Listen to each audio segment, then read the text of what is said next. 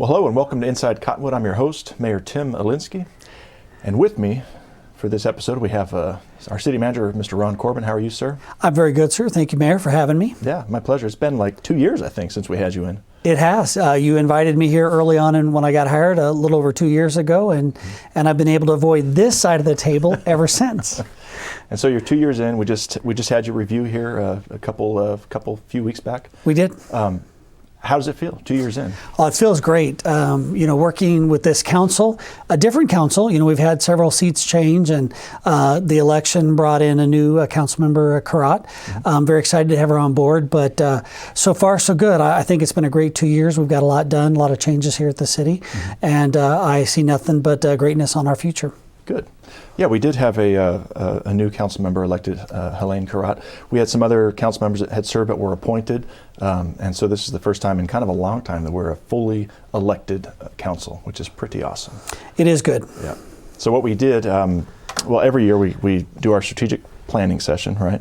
We do. But when there's an election year, we do kind of a larger session where we have one day that's just dedicated to hearing from our community and our constituents. And so we bring in folks from the nonprofit community and education institutions and you name it. So it's a big session. You've been a part of that now for 2 years. Right. We've done that. We've done the large session twice now. When I first got here, like week 2, you did that to me. Somebody did that to me, and drank from a fire hose. And we repeated it again in December. It was really great. Nonprofits and the business community and our contractors and educators and healthcare, like you said. It was a very long but very good day to learn about the needs and our successes that we've been having in the community. Yeah. So kind of what I wanted to focus on today then is just to talk a little bit about the strategic plan. I think, this has been a really difficult year for everyone, of course, with COVID. But I think one thing I'm really proud of with Cottonwood is that we've still really gotten a lot of work complete. We really never slowed down other than the required shutdown, which of course we had to comply with. But other than that, we found new ways to continue to provide the services that we do, and I'm really pleased that we still met and came up with our strategic directives. I think it's really important, especially in a time like this, to really focus on what it is that we're here to do. So we came up with a plan. I wanted to just spend today kind of going over the plan. Okay. So let's start with, of course, our mission, which is always our guiding focus. Our mission here in Cottonwood is inspiring a vibrant community. That rings throughout all departments and the council and everything that we do. It's to inspire that vibrant community, whether that's our local businesses or our schools or our parks. We just have so much going on. The one right now that we're working on is our Parks and Rec team is working on adding some play structures to our kids' park there by the fairgrounds. Right now it's a big park used for soccer, and it's where we have our 4th of July celebrations. But we're going to be able to add, we hope, a play structure for the children in that area. Just one of the great examples that comes to mind when it comes to inspiring a vibrant community. No, I'm pleased to hear that's resonating with all the departments. I think it's really important. And I know council and everything that we do, we always try to keep that top of mind and let it, like I said, be our guiding principle. So that's awesome. And I'm really happy to know that the kids park is now going to have some stuff for kids in it. It is for the first time. For the first time.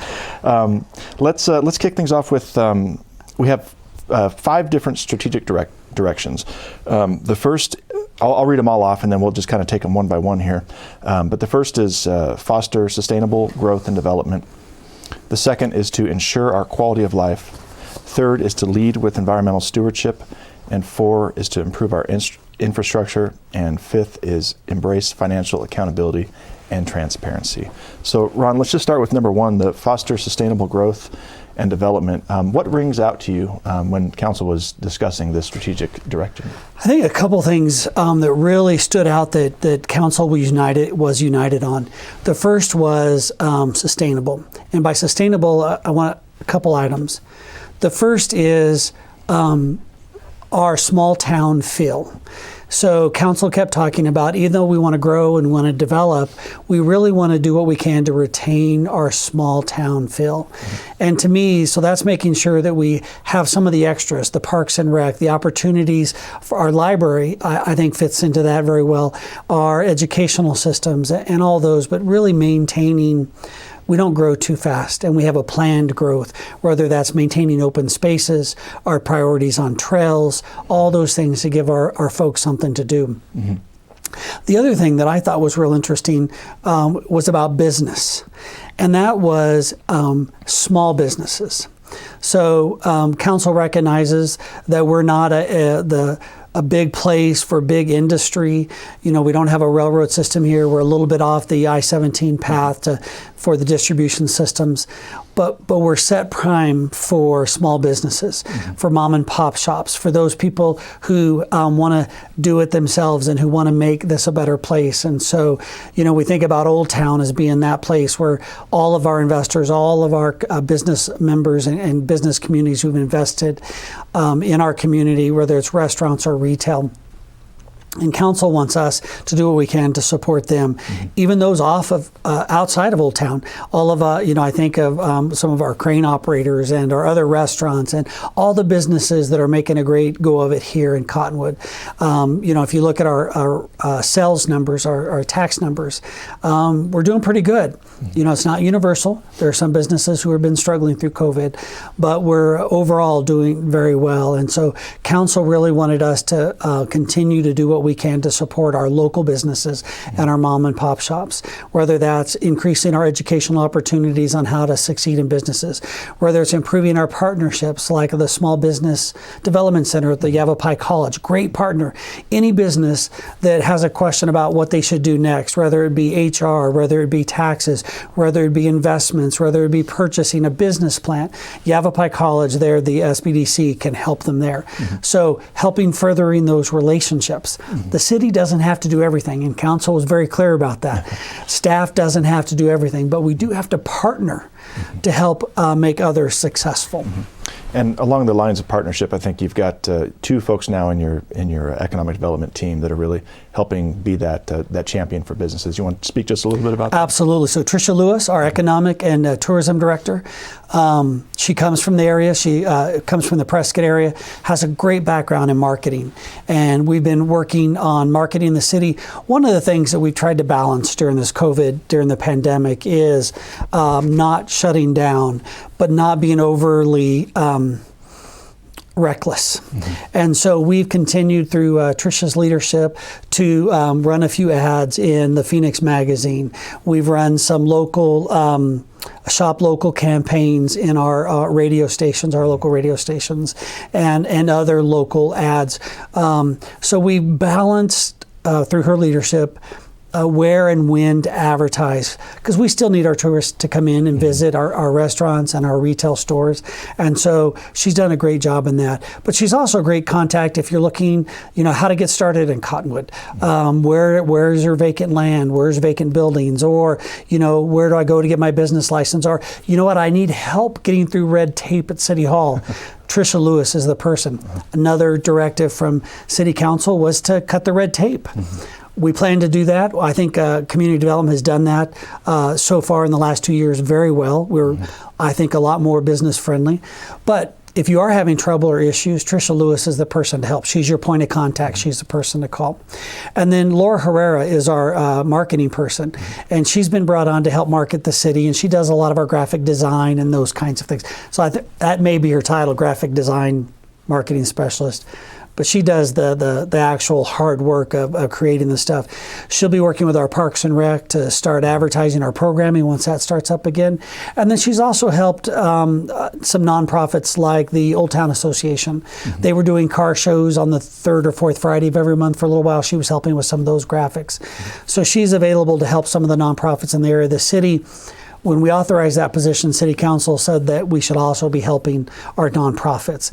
And so if someone needs a little help with a program, she can help them also. But economic development, Laura and Trisha. Good partners. Great partners. Yeah. Great resources. The knowledge and the skills are impressive. Yep. All right, well, Mr. Corbin, got to shut you off there for a second. We got to take a quick break, just a 1-minute break. And when we get back, we're going to keep plowing through our directives here. When we come back, we're going to talk about ensuring our quality of life. So please stay with us.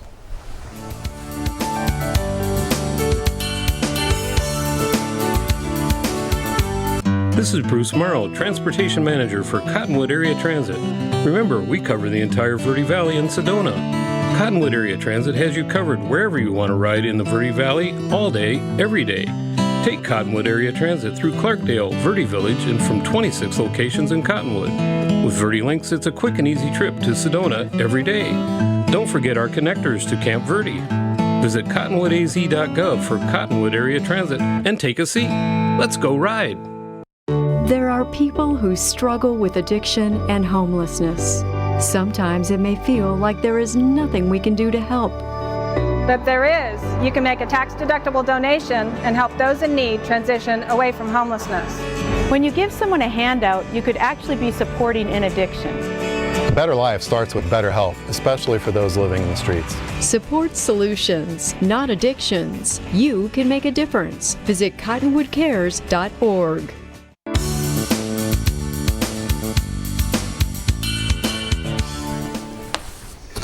Welcome back to Inside Cottonwood. I'm your host today, Mayor Tim Elinski. I've got Ron Corbin, our city manager, in with us.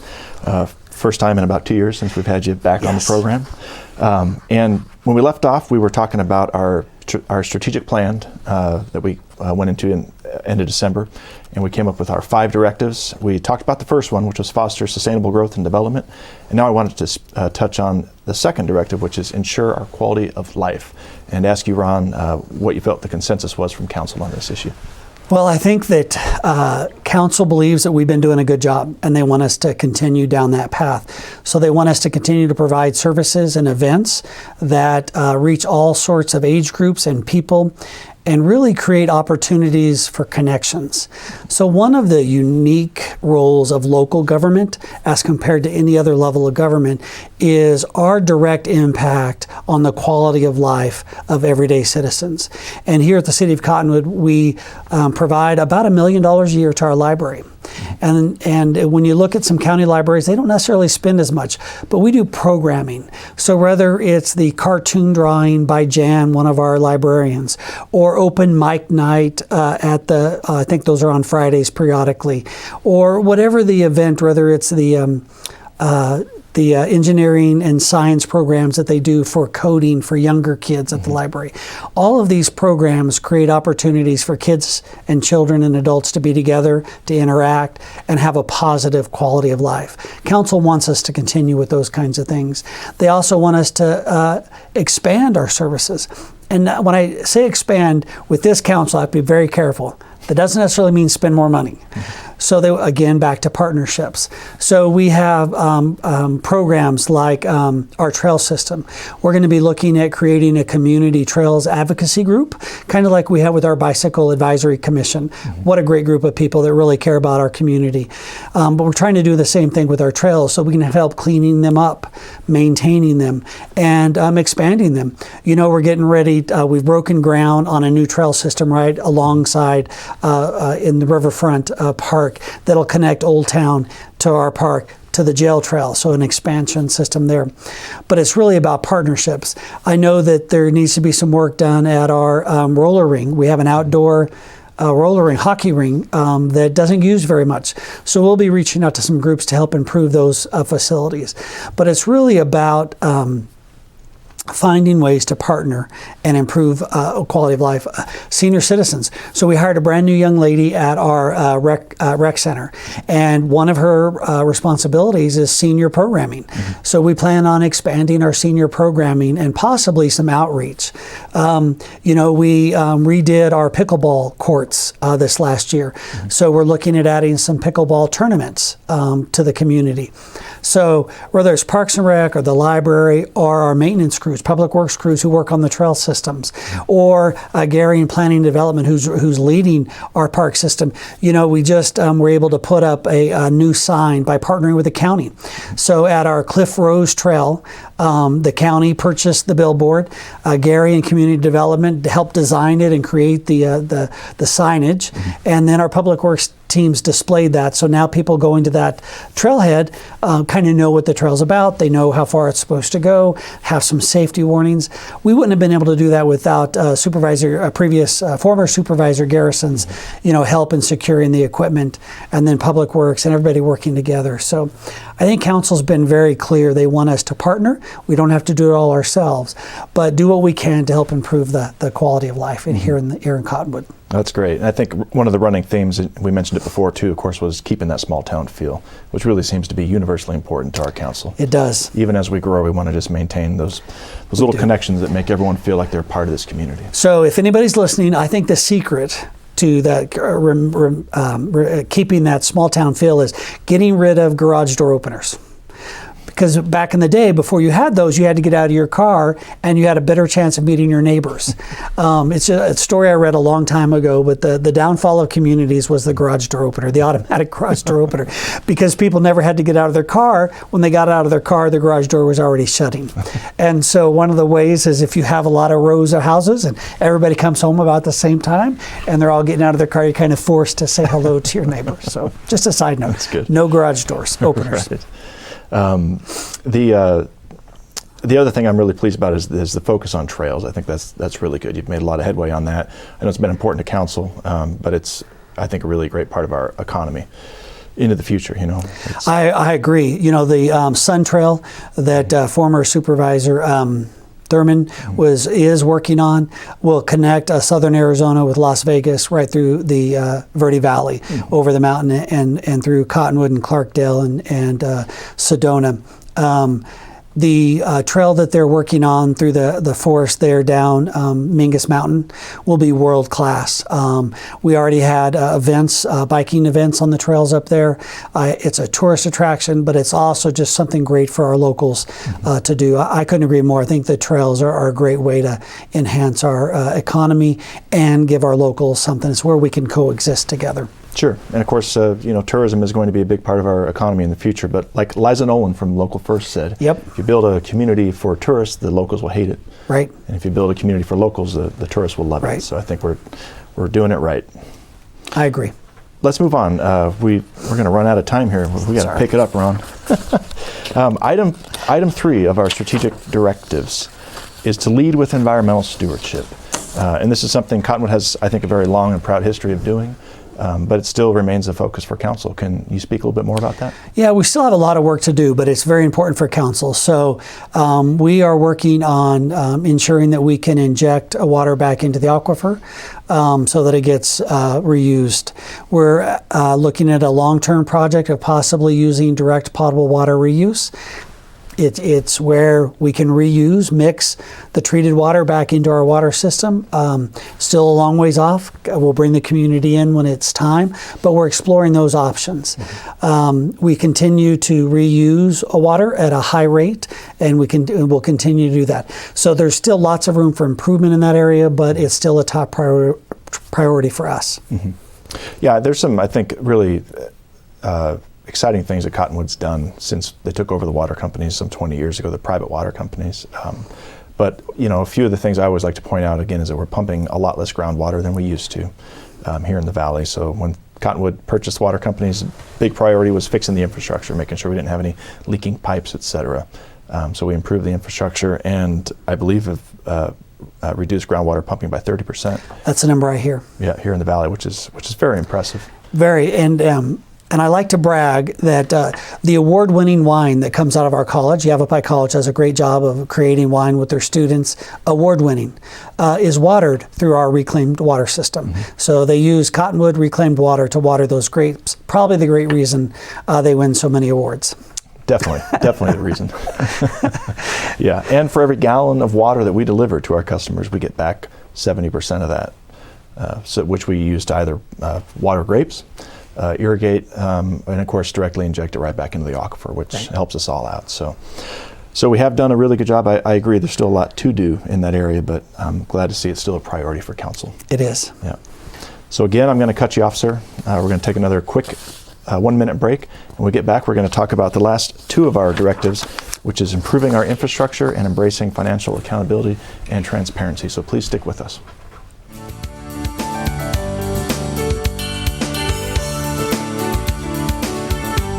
This is Bruce Morrow, Transportation Manager for Cottonwood Area Transit. Remember, we cover the entire Verde Valley and Sedona. Cottonwood Area Transit has you covered wherever you want to ride in the Verde Valley, all day, every day. Take Cottonwood Area Transit through Clarkdale, Verde Village, and from 26 locations in Cottonwood. With Verde Links, it's a quick and easy trip to Sedona every day. Don't forget our connectors to Camp Verde. Visit cottonwoodaz.gov for Cottonwood Area Transit and take a seat. Let's go ride. There are people who struggle with addiction and homelessness. Sometimes it may feel like there is nothing we can do to help. But there is. You can make a tax-deductible donation and help those in need transition away from homelessness. When you give someone a handout, you could actually be supporting an addiction. A better life starts with better health, especially for those living in the streets. Support solutions, not addictions. You can make a difference. Visit cottonwoodcares.org.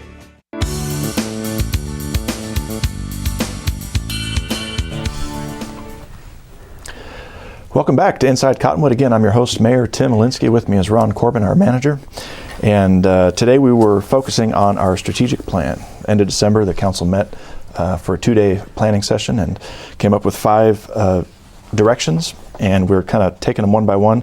We're on item 4 right now of our directives. And item 4 is improving our infrastructure. So I think this has hit our priority list basically every year. It remains a priority, probably always will remain a priority. We have a lot of unmet needs in this arena. But let's talk a little bit more about some of the specific concerns that council brought up. Yeah, Mr. Mayor, the fortune that I have is that council took this on even before I got here. Under the previous manager, previous council made this a priority and has made improving our roads and our sidewalks and our community a top priority. So a sales tax was increased several years ago, and a good chunk of that money goes into improving infrastructure and CIP projects, capital improvement projects, the big buildings and stuff. And so I'm very excited that I have the opportunity to help bring that to fruition. And our current Public Works manager is doing a great job of getting things done. So we have the neighborhood over there by the cemetery, by the Verde Lee Market. It got preserved. We had preserved. We put some stuff on top of it. Sorry, David, for blowing that one. And we're going to continue to do that. So part of council spends $750,000 every 2 years on just preserving what we have. We're going to continue that project. We're going to continue to invest in our sidewalks. So we on the other side of Old Town, going up towards Clarkdale, we added some more sidewalk there to help with walking between our neighborhoods.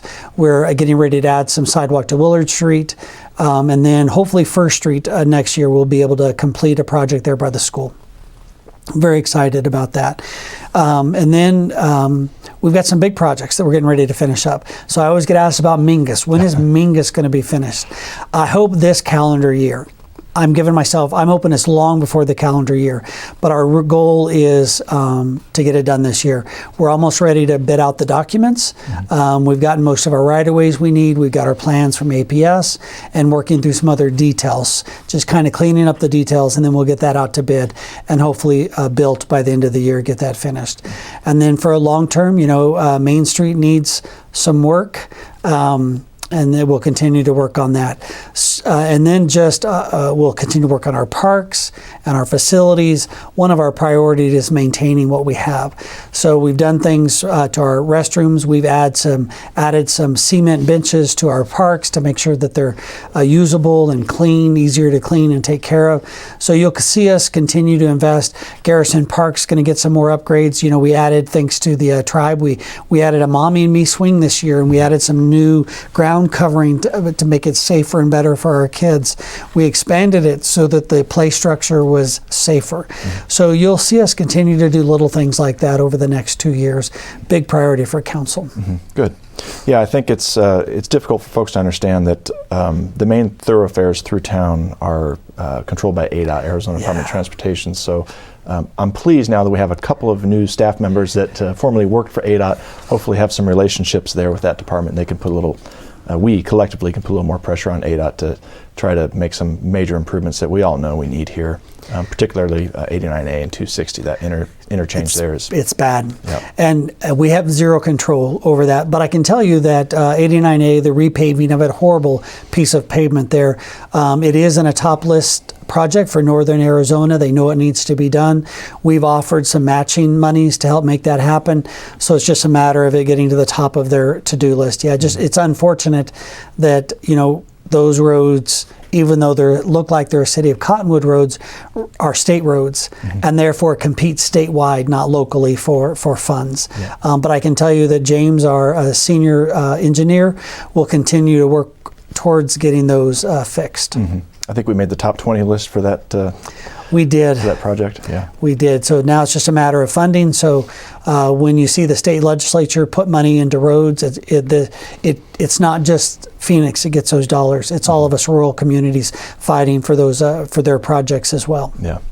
And council did, like you mentioned, made a modest increase to the sales tax base so we could try to afford some more projects. Even so, it's really an overwhelming amount of infrastructure needs, and we certainly are doing the best we can. We rely a lot on our development community too.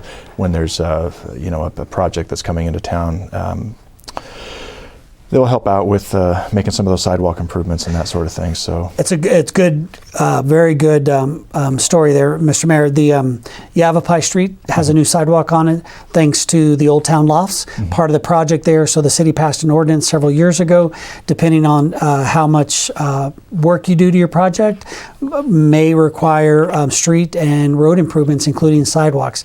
There was a project off of Mingus, and I think it's 12th Street, a new apartment complex going there. They'll be required to put in a sidewalk there and improve the road. So yeah, council has done a lot of things to stretch their dollars and make sure that developers are paying their fair share to improve our infrastructure. Good point, Mr. Mayor. Yep. All right, well, let's move in then on the last 5 or so minutes we have left here and talk about our 5th strategic directive, which is to embrace financial accountability and transparency. And as you know, when you first came on board, this was a huge priority of council's, and I think they really drilled that into your head, and it seems to have made a big impact. I think of all the things you've done, you've certainly really made great strides in this one directive, which I'm pleased also to see that it's still one of our main priorities. So what does this mean to you? Well, this is my job. So I think one of the most important documents that a city council does is the budget, which means it's my most important priority, preparing that document. And I can tell you that Rudy Rodriguez, our deputy city manager, Kirsten Lennon, our financial services director, and Helen Bartel, our budget analyst, do a great job in helping prepare that document. But beyond the document, I think that your leadership team, whether it be the police chief or your community development director, they understand that spending money wisely is important to city council. And I think that we continue to make that our top priority in all things that we do. Doesn't mean that we always pinch pennies. We try not to have a negative return because we pinched too little. We like to take care of, and this is in here, taking care of our infrastructure. We don't want to not spend money on, fixing our buildings and fixing our air conditioning. We also are investing in some HVAC equipment that lowers our bills, so we save money on utilities. We're replacing pumps so that they're more efficient to save us money. So we're not just about cutting dollars, but we're talking about spending the money that we have allotted to us wisely. But more importantly, it's about saving money. A top priority for council has been increasing our fund balance, our savings account, our rainy day account. And we've done a great job. I think we added over $3 million this last year. We'll be going to council very soon with what's called a CAFR, which is basically our final budget report for the previous year, as described by an auditor. So we'll know exactly what those numbers are presented to council very soon, but I know that we added money. The previous year, we increased the general fund by less than 2%, which I thought was very good. This last year, we reduced it. I don't remember the number we reduced it, but we actually reduced spending overall. We added to our savings account. So we're in the process just starting next year's budget. I'm sure it will be more than last year's, given that we're rebounding and we're doing more than we thought we would do. With COVID, we took several cuts. We also want to make sure that we're providing the services to the community. So you'll probably see some expanded services in community development for those people getting projects and developers, so that we make sure that we don't slow those down, that they were open for business. So it'll be interesting to see what this next year's budget what I end up presenting as we begin the process. But I can tell you that saving money, and spending money wisely is very important to council. And then the last piece is transparency. So we continue to work on that. 2 years ago, we had like 6 community meetings. We'll do that again. So we'll have budget meetings for the community to come and listen. We also started producing, Kirsten has produced a monthly budget report that updates the council and the community. It's on our website, on how we're spending money, how we're doing according to the budget, how we're doing with revenue.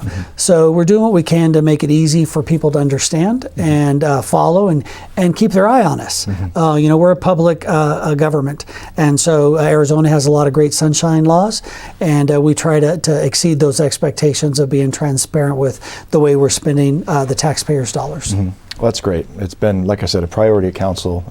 Again, I'm just pleased that our council's got the vision that it does, to know that we are stewards of the public dollar. We want to try to engage the community as much as we possibly can in the budget process and ensure that the public knows exactly how we're spending their dollars. So thanks for making that happen.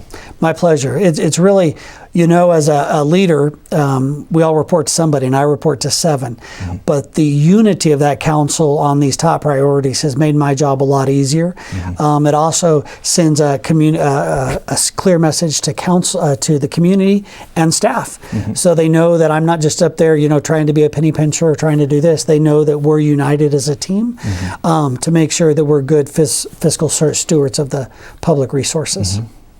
Very good. Yeah, and just circling back, I think that's really the again the value that I hold in our strategic plan is that it has been a difficult year. There's been many things that have distracted us from doing our jobs. There's been some controversy even amongst the council on some issues this year with COVID. But the one thing that we can all agree on is this strategic plan, and there is so much more unity on our council than disunity. So it's really great to have a plan. Again, we are guided by inspiring a vibrant community. I just want to recap again our 5 strategic directives: foster sustainable growth and development, ensure our quality of life, lead with environmental stewardship, improve our infrastructure, and embrace financial accountability and transparency. So this document will inform how we move forward with our budget this year. And again, it is our guiding document for the next 1 to 3 years, typically. We'll meet again the end of this year and kind of rehash our priorities. But again, we've got a really good roadmap for the year ahead, and I really look forward to 2021. Me too, Mayor. Thank you. Well, it's been a pleasure having you, sir. My pleasure. Maybe we'll get you back in less than 2 years, hopefully. Nope. But we'll see. All right. Well, thanks everyone for joining us again. This is Inside Cottonwood. I'm your host today, Mayor Tim Elinski. I hope you have a great afternoon. Take care.